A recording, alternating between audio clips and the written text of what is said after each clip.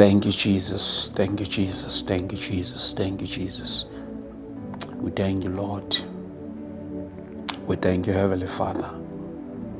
Ngegama lika Jesu Kristu. Shalibra sora de hiliba hasotoko lebre. Libra stontoko lebre hedia lida hasotoko. In the name of Jesus. Siyakubonga Baba wethu ingcwele. Siyalibonga leli gama. Nkulunkulu uthona amandla. Ukuthe usunyukele emazulwini. Wangasishiya sodwa. Wasiphi igama lakho. Lihle igama lakho lingcwele. Nkulunkulu namandla. Awunyukanga wangashiyela lutho. Usishiyelene nomduduzo moya ongcwele. Ngegama lika Jesu Kristu waseNazaretha.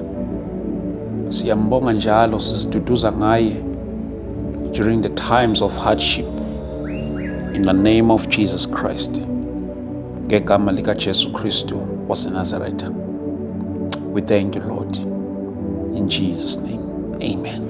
Angibingelele bazalwane egameni lika Jesu uKristu waseNazaretha. Siyambonga uNkulunkulu kakhulu. Egameni lika Jesu Kristu waseNazaretha. Sibonga uNkulunkulu ke bazalwane ngezimpilo zethu. Sibonga uNkulunkulu nangayo le opportunity uNkulunkulu asiphile kuyona. Hlezi kuyintokozo ke ukuthi bafowethu njalo uma sisuke sithi bazalwane ake sihlangane nendaweni ethile abazalwane baxhume siye khona. Kuyintokozo kakhulu ke bazalwane ukuthi uNkulunkulu asisebenzise ngalendlela.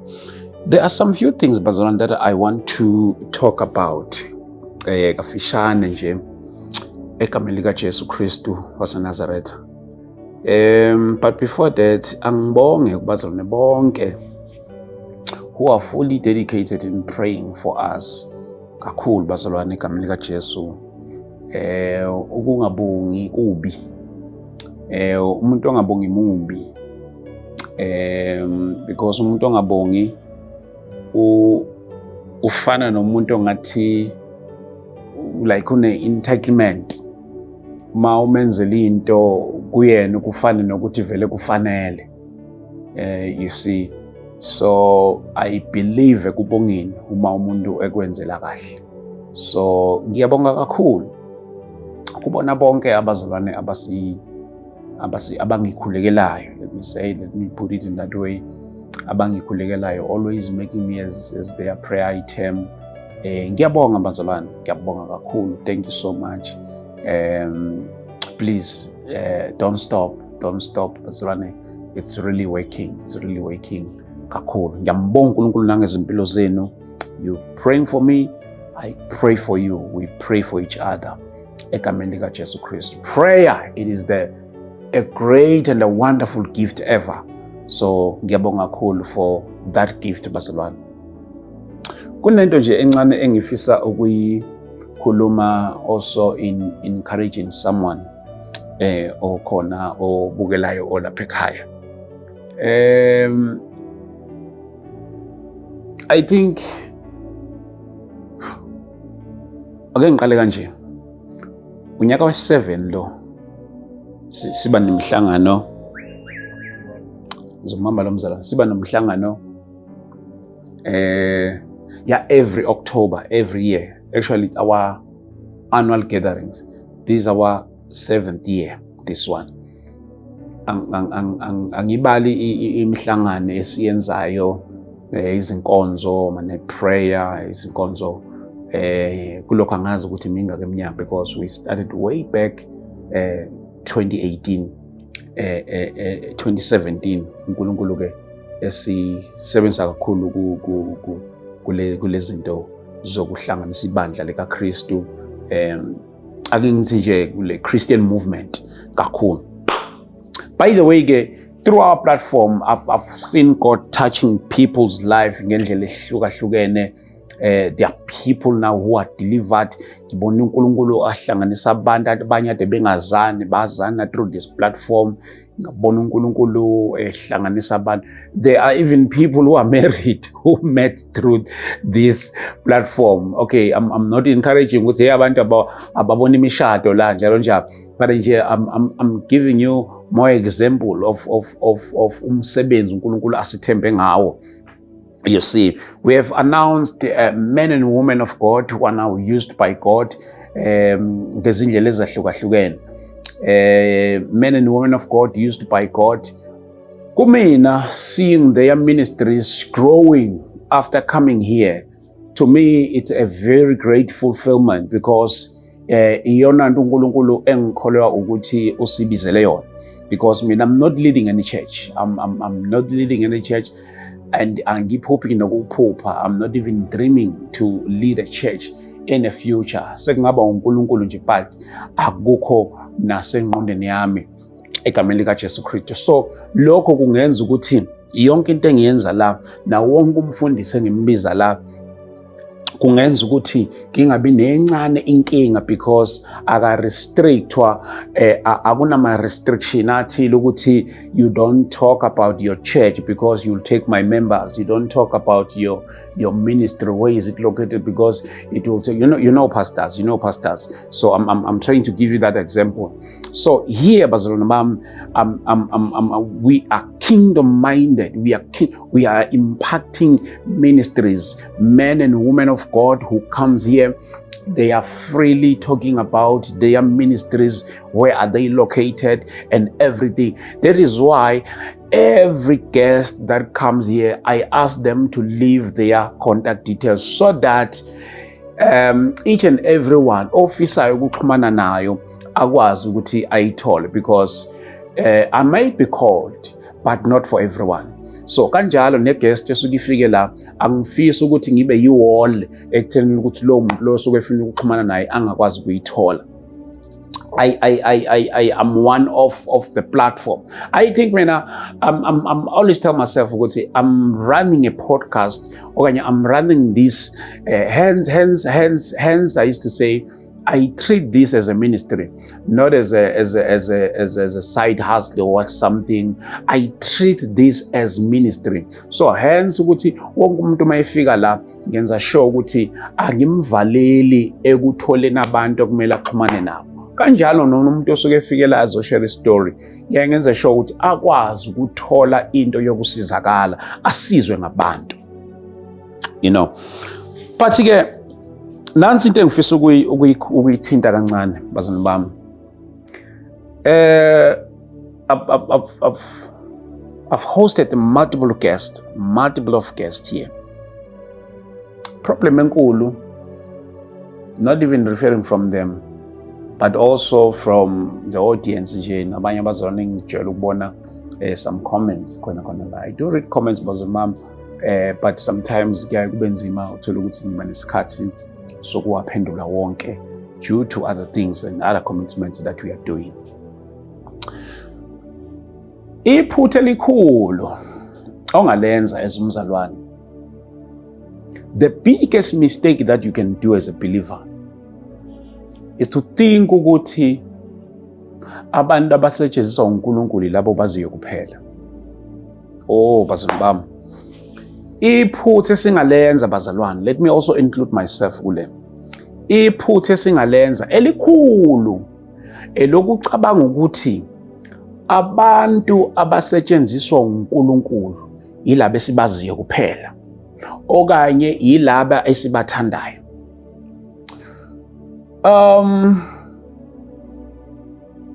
I've hosted, as I was saying, I've hosted a multiple of guests here. Abanye abantu babe nokuthi this one is a real man of God. Hi, this one is not a real man of God. Hi, this one is from another kingdom. This one is from the kingdom of God. Jalo. And lento ingenze ngibona ukuthi sometimes we are suffering from into ngathini, suspicion, because suspicion is not discernment, and discernment is not suspicion. You see, so we are suffering from ukungabi ne true discernment of the spirit. You see. So engizama ukusho nje overall bazulu bami into yokuthi iphutha elikhulu and lento ibambe ngisho nabo men of God. Iphutha elikhulu elokucabanga ukuthi uNkulunkulu usebenzisa abantu esibaziyo kuphela. Ebazulu bami, there are people who are mightily used by God. Esingabazi. There are people who are used by God. Esingabazi thina. There are people abafihlo uNkulunkulu esingabazi. They are used by God so mightily. So the moment bazalwane si categorize abantu abasetshenziswa uNkulunkulu nabantu abangasetshenziswa uNkulunkulu, laba basetshenziswa uNkulunkulu ngoba bathandwa yithi, laba basetshenziswa uNkulunkulu ngoba laba basetshenziswa uNkulunkulu ngoba sibathandi. Bazalwane bami, even this spirit ibambe ngisho wona ama ministers, umuntu azenze kubo, hey uNkulunkulu wami. As a man of God, putting yourself in a position whereby ukuthi lento yenzayo akekho omunye umuntu okwazi ukuyenza, it's only you. It's a very big problem. Ivangeli lebazalwane bami, as much as we are gifted, but we are not gifted more than the one osiphile iziphiwo. As much as we are gifted and anointed, one thing uNkulunkulu ayenzile noNkulunkulu ayenzayo, ule position uNkulunkulu akubeka kuyona okanye nakulesi siphiwo, you are not alone. You might not know the other person okhona on the very same gift. You are not alone. Another example, as I'm doing this online ministry like this, uma ngizoyitshela ukuthi mina I'm the only one who's doing good, akekho omunye who can do this thing better than I do, I'm lying to myself. I'll be lying to myself. There is someone, even nakulaba abangibukayo, kunomuntu engamthatha ngimbeke kule position ngithi ngicela wenze lento, ayenze 10 times better than what I do. Abanye already bayenza lento. There are other platforms, there are other online ministers who are doing the very same ministry. They are doing it better than I do. Bayenza kangcono 10 times, 20 times better than me. So bazalwane bami, even nakuyo lento yezinkonzo ukuhlanganisa imihlangano abazalwane ukuthi bafike bezokhonza and thinking ukuthi wena you are mightily anointed, ugcotshwe ukudlula wonke umuntu just because ukwazi ukuhlanganisa izinkumbi zabantu. Bazalwane bami, kukhona into engihlezi ngizihambulisha ngayo, as much as uNkulunkulu esebenza through our platform, as much as uNkulunkulu esebenza through our gatherings, but into engihlezi ngizihambulisha ngayo ukuthi there is someone doing the very same thing better than mina, okungcono ngokudlulele ukuyenza nami, ukuyenza ukudlula mina. You are the preacher of the word and thinking ukuthi there is no one who can break the word the way you do this. There's no one who can explain the word of God like you do. It's a very big problem. It's a very big problem. Angidispute bazalwane bami, bakhona abantu abagifted in a way yokuthi mhlamba simazi omunye umuntu ogifted osondela kuyena, but lokho akumenzi ukuthi akekho omunye umuntu ogifted than yena, ukuthi nje asimazi. And bazalwane bami, one of the biggest problem ukuthatha ke leyo nto leyo lo muntu ogifted, ngizoyibeka kanjani lento kodwa moya ngcwele ngicela ungisize, ngifuna ukudlulisa lento the way ngifuna ukudlulisa ngakhona.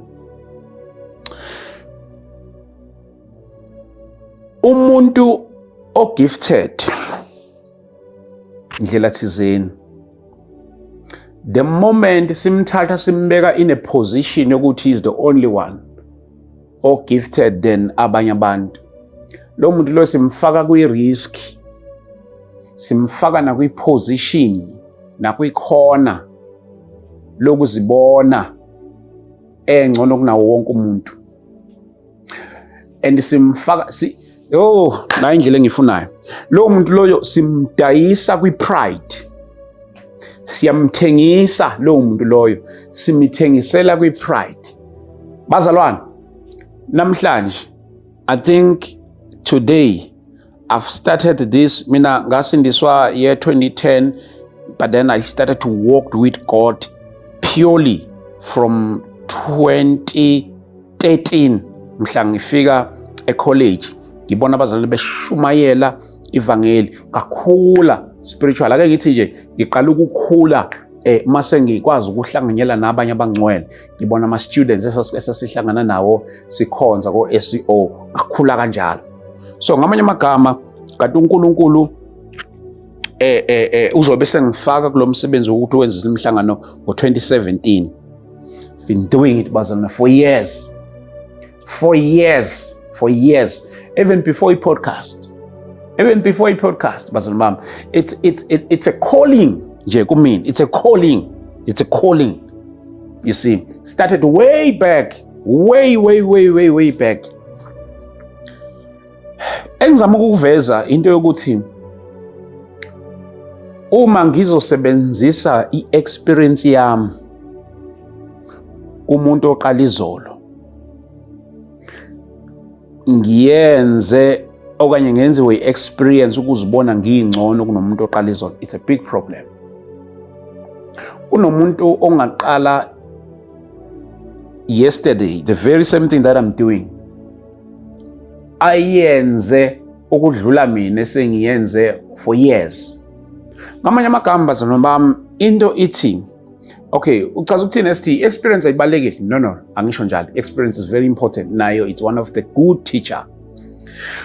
But asikwazi urely entweni yakho ikwenza udisqualify abanye abantu abangenzanga the way wena wenza ngakhona. It's a very big problem. Bazalwane bami, even in preaching of the word of God, masiyekeni this thing, thinking ukuthi wena one thing engiyithanda ngoNkulunkulu, akanqeni ukureplace ngomuntu ongayenza kangcono lento oyenzayo, enze kakhulu futhi. The day ngiphakamela abantu la kule platform, ngimistreat abantu, ngenza indlela engizithandayo, ngenza noma ngabe yini engasamdumisa uNkulunkulu. uNkulunkulu angavusa omunye umuntu kunakusasa, amenze aqhubeke nalomsebenzi ukudlula the way bekade ngiqhubeka ngakhona. So in other words, bazalwane bami, let us always remain humble. Bazalwane bami, egameni likaJesu Kristu. I might not be good kwezinye izinto, but in humbleness, uNkulunkulu ngihlezi ngimthandaza ukuthi ngicela ungisize. Noma bese ngilapha phezulu, kodwa ngicela ungakhohlwa lapha phansi. You know, abantu so-called celebrities, kuyakungiphathe kabuhlungu ukuwabona ephakamela abantu, kanti nokuba sesiyamazi uphakame ngabantu. Seeing a person who's known by everyone and enabantu yena pride nje igament yakhe, uphakamela the very same people abakusize ukuthi ube la ukhona khona. By the way, bazalwane, uNkulunkulu ke kulonyaka ozayo, uNkulunkulu sizomsebenzela ngendlela emangalisayo. Ngisezinhlelweni ngoba ngibuye ngibanje nawo umsebenzi. Ngisezinhlelweni zokuthi kulonyaka ozoqala ngibe nabantu esizokwazi ukuthi sisebenze nabo even in a media space like this. Kulonyaka ngenze okuningi kakhulu ngezami izandla. I think it's time for us to expand, bazalwane. Sibe ne team. We are about to have a team, bazalwane, esizokhona ukuthi sisebenze nayo ukuqhuba umsebenzi kaNkulunkulu. Ngike ngazama ukuba ne-team,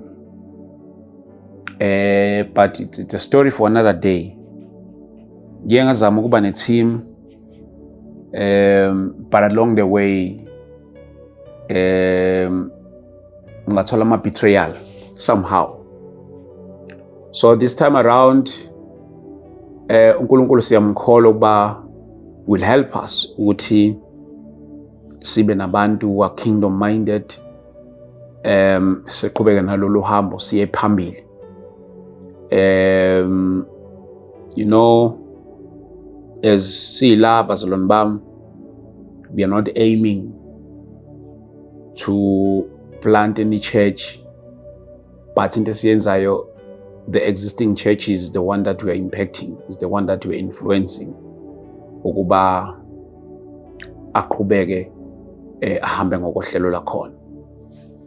So ngamanye amagama bazalwane bami ngithi it's time for us to expand. It's time for us to expand.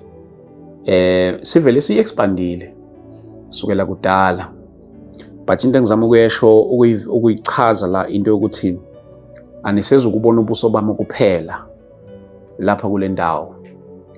Umsebenzi wami engiwenzayo kwaMlungu uyahlupha ngoba ugcina udimanda nesikhathi sami.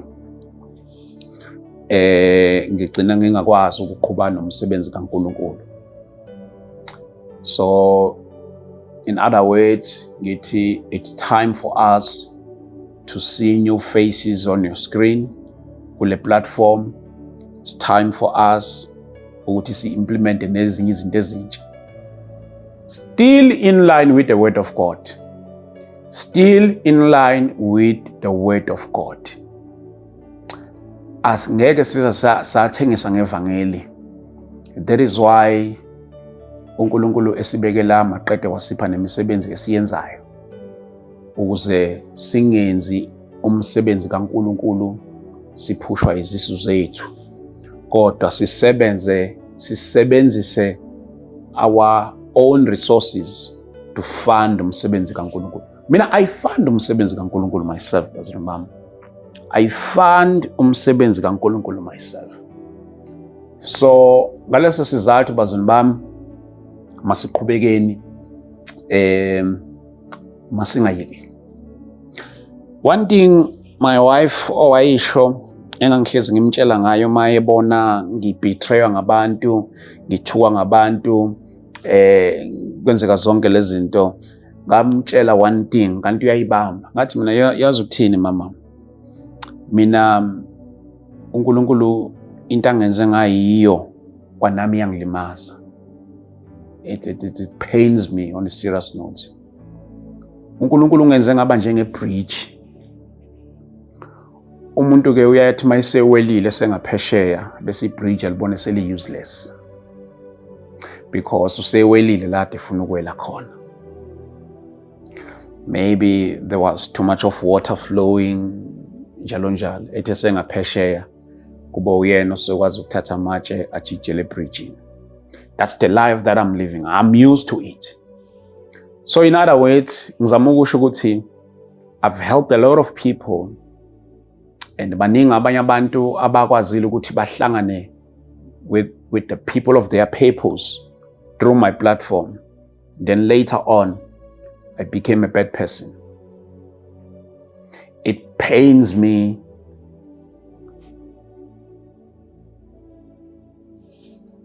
ayikancane. Yeah. But uNkulunkulu siyamkholwa. uNkulunkulu siyamkholwa. I've survived mina bazalwane. You know, being in this space, ngiyakhumbula the other day ngasho ngathi ikunikeza abantu abazokuthanda for no reason. Iphinde kunikeza abantu who will hate you for no reason.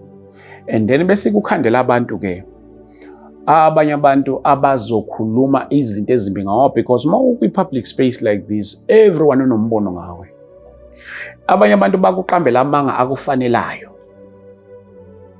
I remember the other thing ngithi mina awuyazi pain uma ungazi uqanjelwa amanga afana nawe. Mina ngiqanjelwa amanga kaningi, but I decided ukuthi ngingaziphenduleli, ngithule. One thing engithanda ngeqiniso, iqiniso lihlezi lifike ekugcineni. Amanga agijima yokumela phambili. Iqiniso lihambe kancane. Kodwa one thing that I guarantee, lona ligcina lifikile. Amanga wanqena ukutravela 120 to 200 km per hour. Ngenza nje isibonelo. Atravele afike kuqala denamanga, thothi iqiniso liyoze liyofika maybe after 30 days. So ngamanye amagama ngizama ukusho ukuthi ziningi izinto ezinye ezishiwo ngami, ezinye sengiyazazi, ezinye angazazi. Ezinye sengizaziyo yazi uzuzibuza ukuthi ngabe akekho omunye u-ST mhlambe oyayaphile wena ulele, ngoba phela lento ekhulunywa la ayihambelani nami, futhi nje yinto engishabe kuthiwa ngidako utshwala ngeke ngaze ngayenza. So ngizama ukusho ukuthi bazalwane, I've survived pain. I've survived serious betrayal. But uNkulunkulu silokhu simile. Ngizoqinisa nawe lapha ekhaya ekuthenini ukuthi kulobu buhlungu obuzwayo nabantu abakuphoxile obubathembile, thembela kuNkulunkulu more than anyone. One of these reasons ezinye zazo ezingenza ukuthi ngithembe kuNkulunkulu, because I've suffered kulento yokushesha ukuthemba umuntu kakhulu. Umthemba uzumthembe nangempilo yakho, kanti uzokujikela kusasa. Yabo lento yokuthemba kalula, uthando, uyabo umuntu umthande over, kanti uthanda umuntu ozokulimaza kusasa. Ebese lokho kwenza ukuthi ugcina ungasakhona ukuthanda abantu aba-right. You end up losing people okungamele uzibaluze nangephutha. I remember ngabona enye quote yathi ama-rumors asenza sizonda abantu aba-right ebese sithanda abantu aba-wrong. Ziningi nawe izinto ezishiwo ngawe, ezinye zifikile endlebeni yakho, nawe wazama ukuziprova. And one thing mawuthi uzama ukuziprova ngalento vele wenze worse. Thula, ungenzi lutho, keep quiet. Iqiniso liyofika one day. Iqiniso lihamba kancane but ligcine lifikile. So bazalwane bami, masihambeni ngokweqiniso kulolu hambo lukaNkulunkulu. Masihambeni ngokuzihlola kulolu hambo lukaNkulunkulu. Abanye abantu bayigqokile lento yensindiso kanti abasiyo lento esiyicabangayo. Abanye abantu bayikhuluma kamnandi lento yensindiso kanti abasiyo lento esiyicabangayo. Kube nabantu abangakwazi nokuyikhuluma kamnandi lento yensindiso kanti they are very good. There are good people out there. There are good people out there. And njengoba ngisho ekuqaleni ukuthi being in this space, abanye abantu wonke umuntu uba nombono ngawe. Many people mina kudala classify nabantu abangakholwa bathi mina ngikholwa. Ngikholwa ST akakholwa vele akasindisiwe, is here for views. Is here for views. ST is not born again. Shooting ngifela ukuthi I'm doing this kind of work. Mina I'm born again bazalwane. Boldly so. I'm very born again. Filled with the Holy Spirit. Born again, ngiyamthanda uJesu. Ngiyamthanda uJesu. Asibona amafikizolo kulento. Seyiminingi iminyaka senza nomsebenzi kaNkulunkulu. Born again, sihamba noNkulunkulu. So angizama ukuziprova wonke umuntu akakholwe lokho afisa ukukholwa. And then omunye umuntu uzombuza ukuthi angikho born again, ngenzeni? Ngeke akutshela. Ungibone ngenzani? Ungibone ngiphuma nentombazane ehotel? Ungibone ngiphuza utshwala, ngiphethe utshwala? Ungibone ngenzani? Ngeke baze bakutshela. Because uba exposed kubantu abanemibono ehlukahlukene ngawe, and ayikho into ongayenza ngalokho. So ngibone ngenzani? Ngibone ngiphuma enyangeni? Ngibone ngenzani? You see, nothing. Ngeke zakutshela. Ayikho into tangible. Why? Because unento yokungakuthandi, and uma engakuthandi uyakudemonize. Yazi ukuthi bakhona abazalwana abanento ukuthi umuntu sibani ngimphiwe, sibani ngimthandisi, but lokho akwenzi ukuthi lo muntu lo yakakhola. It's your problem eqondane naye. Hayi ukuthi lo muntu lo sesimele sithi akakhola. Sengabe ukuthi awumphiwe, awumthandi manga umthanda, but hayi ukuthi sithi akakhola. Bazalwane bami, masimeni eqinisweni levangeli. Masimeni eqinisweni levangeli. I think it's time now. It's high time. I will do an episode sharing about uhambo lwami lokukholwa. Ngisindiswe kanjani? Ngasho ngiyezwa ubani? Ngakhulelaphi? Kade injani impilo ebengiyiphila? You know, zonke lezo zinto lezo. It's high time. I'll share about my journey of faith. Ngeke ngazama ukuyiposta khona lapha ku YouTube. Ngi-highlighta nje ukuthi ngasindiswa kanjani. But one of the key things engangizama ukuyiveza lapha ukusindiswa kwami, as much as ngase ngishunyeziwe la ngihlabizwa, kodwa kunenye intombazane yayingasemakhaya. Kwangiyakwa ukuthi ngayiveza igama layo. Kwangiyasemakhaya. Le ntombazane yasukuma ngelinye ilanga ngivakashele enye home cell. Yasukuma yafakaza ngoJesu. Khumbula kahle ukuthi ngihleli ekhonini semakhaya sihleli kulezi zindlu zoRandavale, ngihleli ku round ngithi nami ngizokhonza. Yafakaza ngoJesu le ntombazane, ngahlabeka wesenhlizweni, ngathi angikazi ngimona umuntu okhuluma ngoJesu kanje. Ngikhumbula kahle ikhuluma ngomuntu ekuKristu. Yafakaza intombazane.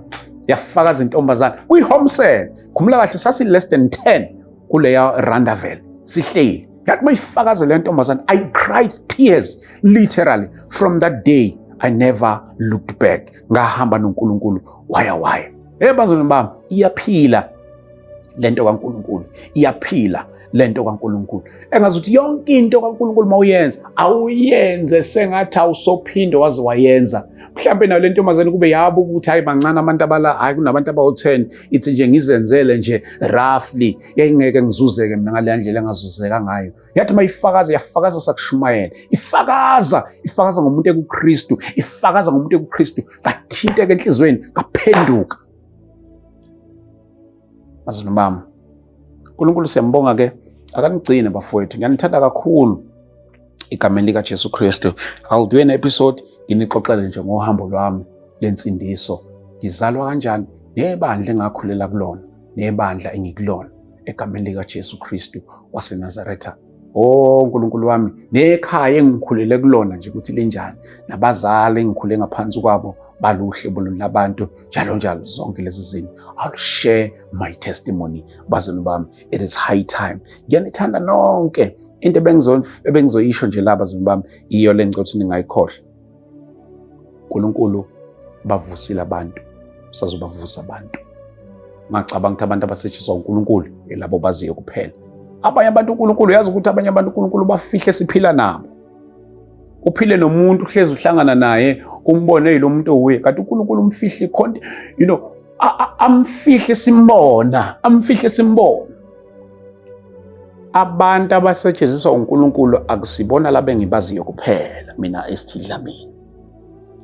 Abantu who are gifted, anointed by God, akusibo laba abaziwa yimi kuphela. There are many people anointed by God. Engingabazi, esingabazi, inqwaba yabantu anointed by God.